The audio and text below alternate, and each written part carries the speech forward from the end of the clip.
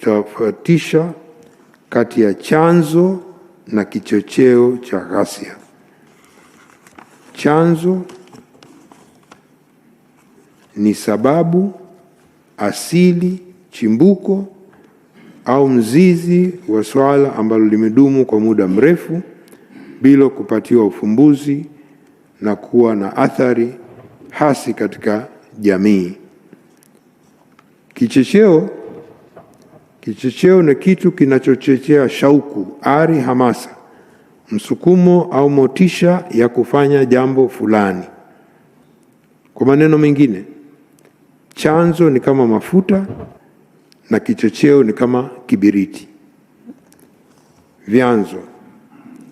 Tume imepokea na kuorodhesha jumla ya maeneo 31 yaliyotajwa na mashahidi kuwa ni chanzo cha ghasia za wakati na baada wa uchaguzi mkuu wa Oktoba 25. Baada ya kuchakata orodha hiyo na ushahidi, tume imeainisha na kubainisha vyanzo 5 na vichocheo 8 vilivyosababisha kilichotokea tarehe 29 Oktoba. Kwa mujibu wa uchunguzi wa tume, ghasia za wakati na baada ya uchaguzi mkuu zinatokana na changamoto mbalimbali ambazo zimekuwepo katika jamii kwa muda mrefu bila kutatuliwa. Vyanzo hivyo ni pamoja na vifuatavyo. Mosi, yapo masuala ya kisiasa yanamwilisha madai ya katiba mpya, demokrasia katika mfumo wa vyama vingi vya siasa, malalamiko ndani ya vyama vya siasa, madai ya maboresho ya tume huru ya uchaguzi na mfumo mzima wa uchaguzi.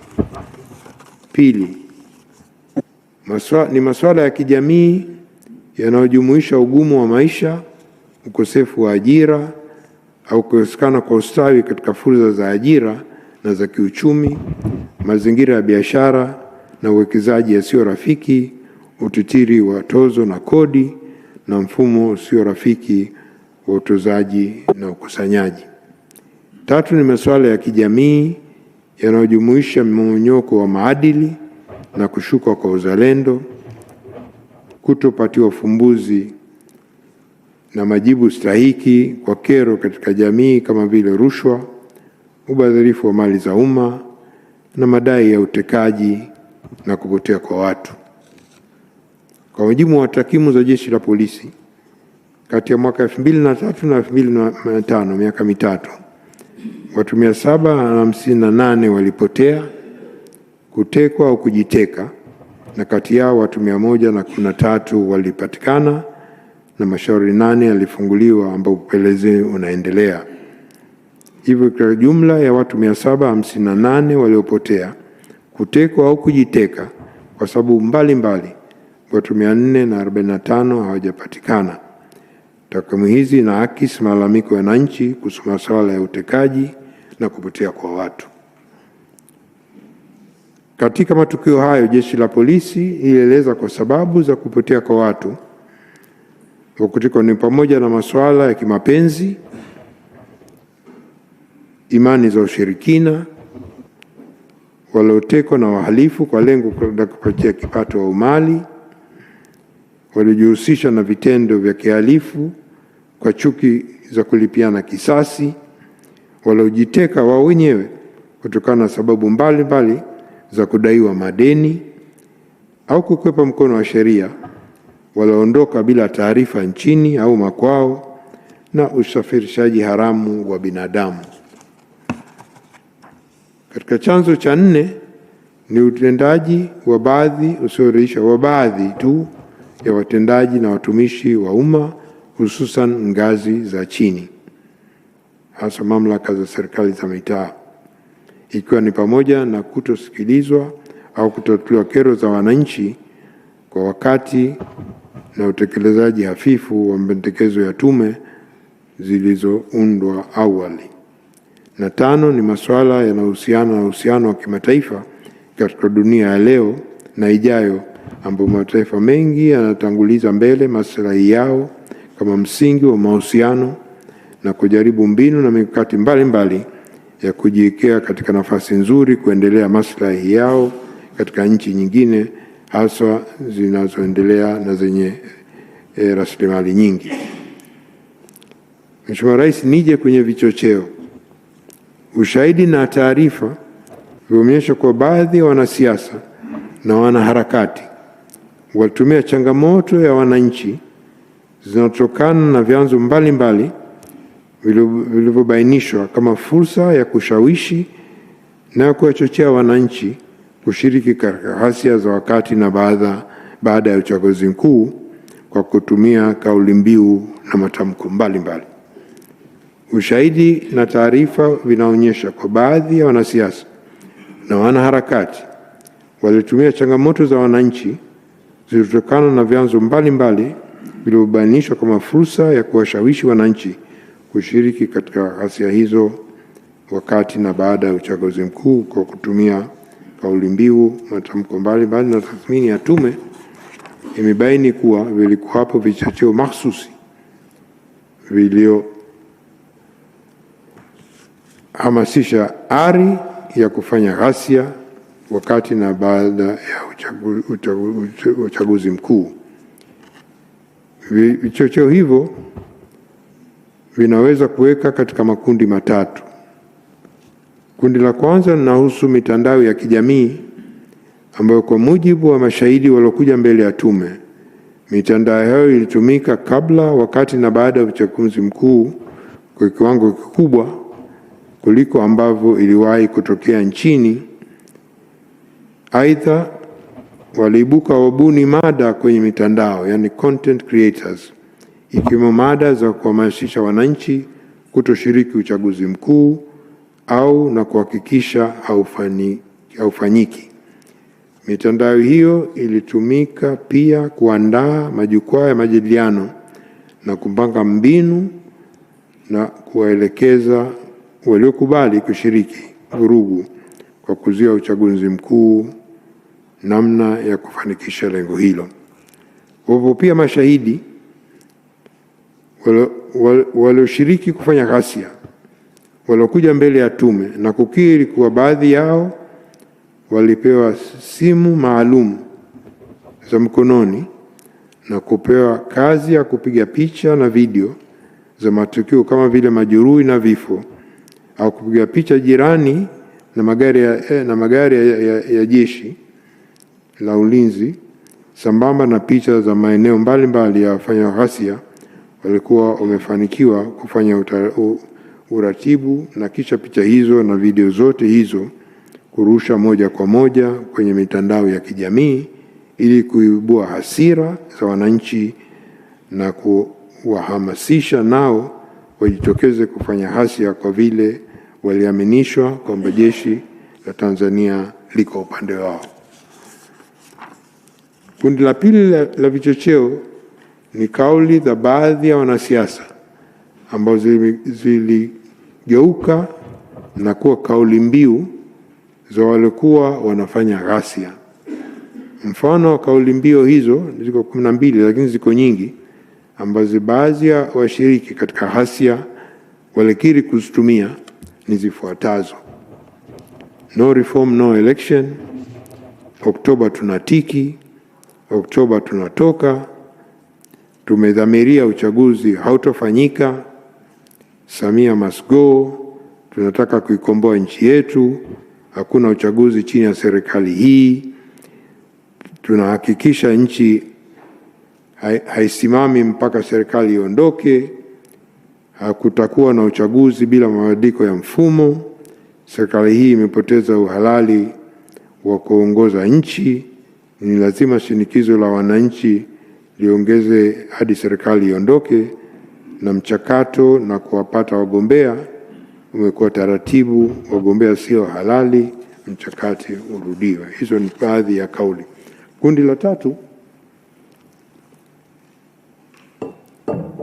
Kundi la tatu la vichocheo lihusu baadhi ya maeneo ya nchi ambapo walikusudia kugombea viti vya udiwani na ubunge, majina yao yalikatwa kwenye ngazi za juu za vyama na hivyo wakaona kuwa ghasia zilizokuwa zinafanywa zinawasaidia kudai mabadiliko ya mfumo wa kupata wagombea ndani ya vyama vyao, na wakashiriki chini chini kuhamasisha wafuasi wao kushiriki kwenye ghasia. Lengo la wahusika.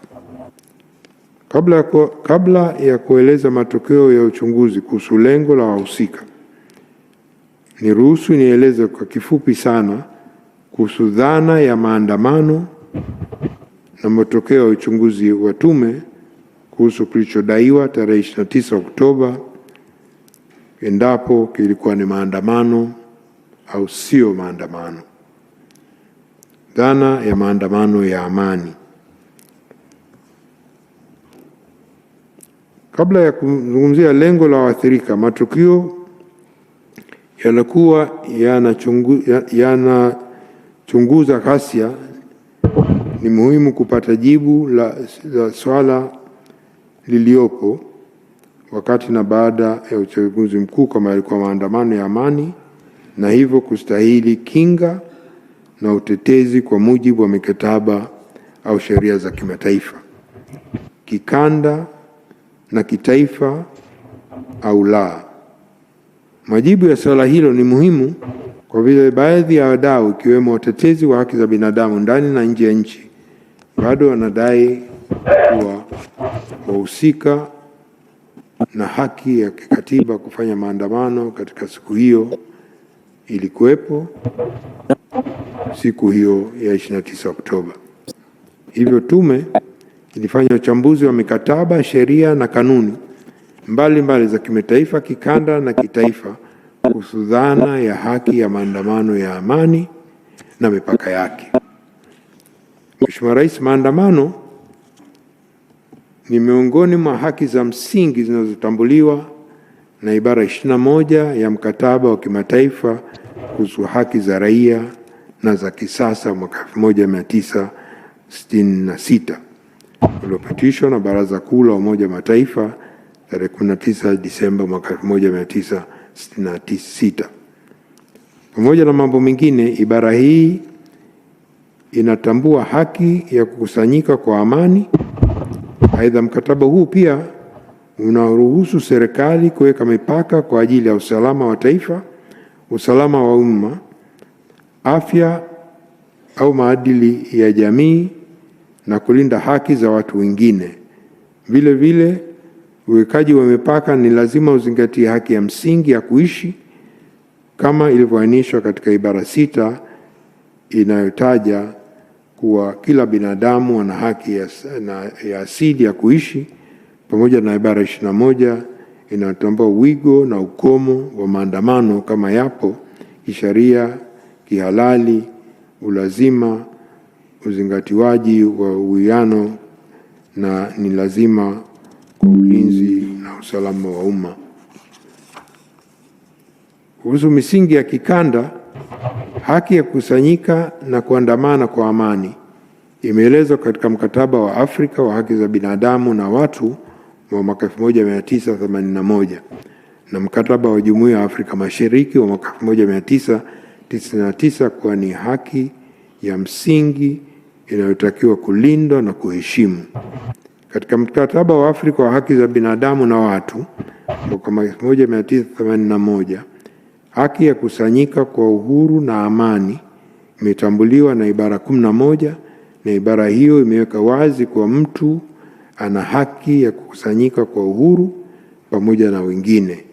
Aidha, serikali zinaweza kuweka masharti kuhusu haki hiyo kwa ajili ya maslahi ya usalama wa taifa, usalama wa umma, afya, maadili pamoja na haki na uhuru wa watu wengine. Tume ya Afrika ya haki za binadamu na utawala bora pia imeweka mwongozo kuhusu uhuru wa kujumuika na kukusanyika barani Afrika uliopitishwa mwaka 1917 ili kulinda haki ya maandamano barani Afrika. Mwongozo huu unazingatia nchi wanachama kuhakikisha maandamano ya amani yanaruhusiwa kwa mujibu wa sheria za nchi. Wajibu wa serikali ni kuruhusu mijumuiko hiyo iliyobainishwa katika katiba za nchi, na polisi wanapaswa kulinda waandamanaji na matumizi ya nguvu kupita kiasi hayaruhusiwi. Misingi ya kitaifa. Katiba ya Jamhuri ya Muungano wa Tanzania mwaka 1977 imeweka haki za msingi za binadamu, ikiwa haki ya kuishi na uhuru wa kukusanyika au kuandamana kama sehemu ya kutumia haki za uhuru wa maoni na kujieleza, pamoja na uhuru wa kukutana kwa watu wengine kwa hiari na kwa amani. Aidha, sheria ya Jeshi la Polisi na huduma saidizi pia imetoa mwongozo kwa mambo mengine na imeweka taratibu wa namna haki ya maandamano inavyopaswa kutekelezwa katika utekelezaji wa haki hiyo. Sheria pia imeweka mambo ya msingi ya kuzingatiwa kwa washiriki waandamanaji na serikali, kama vile haki ya maandamanaji na wajibu wa kutoa notice, kueleza madhumuni ya maandamano na eneo la mkusanyiko na utoaji wa zuio la maandamano. Baada ya uchambuzi na ushahidi na taarifa kuhusu matukio ya wakati na baada ya uchaguzi mkuu, kwa muktadha wa vifungu hivyo vya katiba, hususan kukusanyika, kuandamana kwa amani na kutoa maoni, na baada ya uchambuzi wa mikataba ya kimataifa, kikanda na sheria za Tanzania kuhusu wajibu wa serikali kulinda haki ya kukusanyika kwa amani, ni hitimisho la tume kuwa kilichotokea siku ya uchaguzi mkuu Oktoba 25 hayakuwa maandamano ya amani, bali yalikuwa ghasia zilizoambatana na matukio ya uvunjifu wa amani. Hitimisho hilo linatokana na sababu 4. Ya kwanza, yanadaiwa kuwa maandamano hayakuzingatia matakwa ya ibara 18 na 20 ya Katiba ya Jamhuri ya Muungano wa Tanzania na sheria za nchi, ikiwemo maandamano kuwa ya amani na kutoa notice kwa Jeshi la Polisi kwa mujibu wa vifungu 42 na 43 wa sheria ya Jeshi la Polisi. Matakwa ya sheria za kimataifa sio kibali, ni notice, na Tanzania pia liko takwa hilo la kutoa taarifa, sio kibali, na sisi kwetu ni taarifa ya masaa 48 kama ilivyo sheria ya Ureno, ni kama vile ya Tanzania. Lakini la pili ni haki ya kila mtu kushiriki uchaguzi mkuu kama mpiga kura au mgombea. Ni haki ya kikatiba kwa mujibu wa ibara 5 ya katiba ambayo haipaswi kupokwa. Ghasia zilipangwa na kutekeleza siku iliyotangazwa kisheria kwa ni siku ya uchaguzi mkuu. Hivyo kufanya ghasia siku hiyo ilikuwa ni kupoka haki ya kikatiba na kisheria za wananchi wengine, ikiwemo haki ya kupiga kura na kuchaguliwa.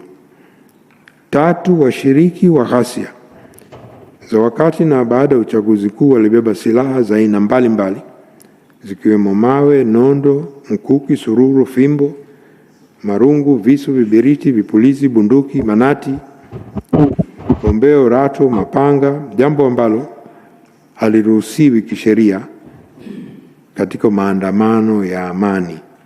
Hii ni kinyume cha sheria na taratibu za kimataifa, ibara 21 ya mkataba wa haki za binadamu na raia na kisiasa mwaka 1966, wa kikanda ibara 11 ya mkataba wa Afrika ya haki za binadamu za watu na binadamu mwaka 1981, na ibara 10 na 11 ya mkataba wa Ulaya wa haki za binadamu mwaka 50, na kitaifa ibara 18 na 21 ya katiba ya Jamhuri ya Muungano wa Tanzania haviruhusu maandamano kwa watu waliobeba silaha. Na 4, sheria na taratibu za kimataifa, kikanda na kitaifa haziruhusu maandamano yanayosababisha taharuki katika jamii, kuhatarisha usalama wa taifa, kusababisha uharibifu wa mali za umma na binafsi pamoja na kuhatarisha maisha ya watu wengine. Mambo hayo yalifanyika na yanakuwa kinyume cha sheria na tafsiri ya maandamano ya amani. Kwa kuzingatia sheria na kanuni zilizotajwa, maandamano ya amani ya kitaifa, kikanda na kitaifa na ushahidi uliowasilishwa mbele ya tume, ni maoni ya tume kuwa kilichotokea wakati na baada ya uchaguzi mkuu hakikuwa maandamano ya amani na hivyo kuwa nje ya kinza ya sheria na kanuni hizo.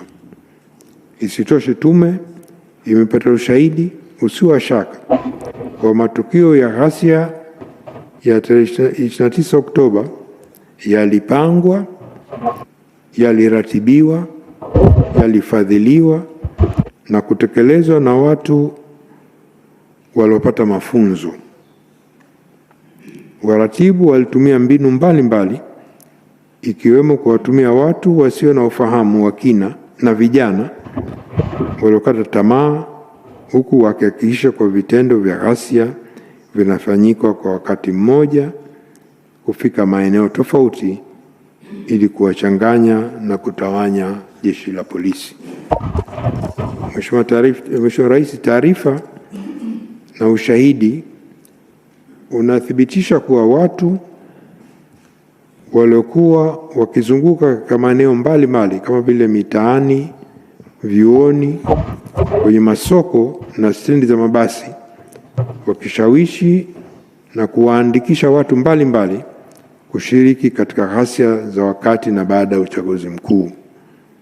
Mfano, watoto wanaoishi katika mazingira magumu, waendesha pikipiki na wajasiriamali wadogo walieleza kuwa walipewa fedha kati ya shilingi 10,000 hadi shilingi 50,000. Ni waliahidiwa ajira na maisha bora. Ilieleza zaidi kuwa kuanzia tarehe 12 Oktoba mwaka 2025 hadi tarehe 28 Oktoba waliwekwa pamoja kupewa mafunzo, kuandaliwa na kuhamasishwa kuwa sehemu ya kuanzisha na kushiriki ghasia siku hiyo. Aidha, ilibainika kuwa makundi yaliyoshawishiwa ndio wahusika zaidi katika ghasia, wakati wahusika wakuu wa ghasia na waratibu hawakuwepo kwenye maeneo ya matukio, hali iliyochangia kwa kiasi kikubwa kutokamatwa kwao, huku wengi na waliokamatwa wakiwa na wananchi wa kawaida, wakiwemo wafuata mkumbo au kushawishiwa kwa malipo kidogo au hadi ya kunufaika na mabadiliko yaliyopangwa bila kuwa na uelewa wa malengo halisi ya wahusika wa maandamano.